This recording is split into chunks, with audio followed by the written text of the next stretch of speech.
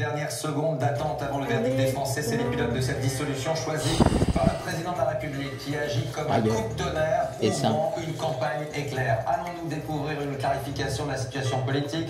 On découvre ensemble les images de l'attente des militants dans chacun des QG de campagne. Le Rassemblement national va-t-il confirmer sa dynamique des européennes et du premier tour? Comment les Français ont réagi aux consignes, aux messages et au choix du Front républicain? On voit tout ça avec vous, Anne-Sophie. Oui, est-ce que le RN va parvenir à installer Jordan Bardella à Matignon? C'est la question que beaucoup se posent. Mais depuis une semaine, beaucoup de choses ont bougé. La gauche et le camp présidentiel ont choisi le Front républicain.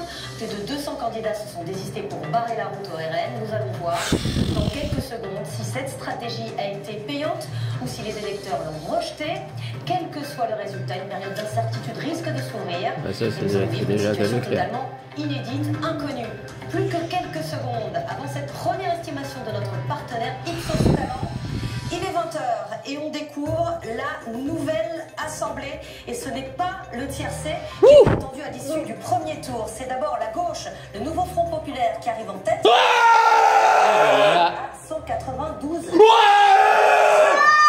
Ensemble, la coalition présidentielle avec 150 à 170 sièges.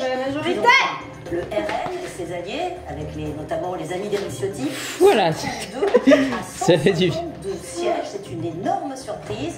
LR et les divers droites se maintiennent bien, 57 à 67 sièges, puis les divers gauches, entre 13 et 16 sièges, et l'UDI et les divers centres, 6 à 8 sièges. Les premières réactions, vous le voyez dans les QG de campagne auprès des militants. Nous serons en direct également du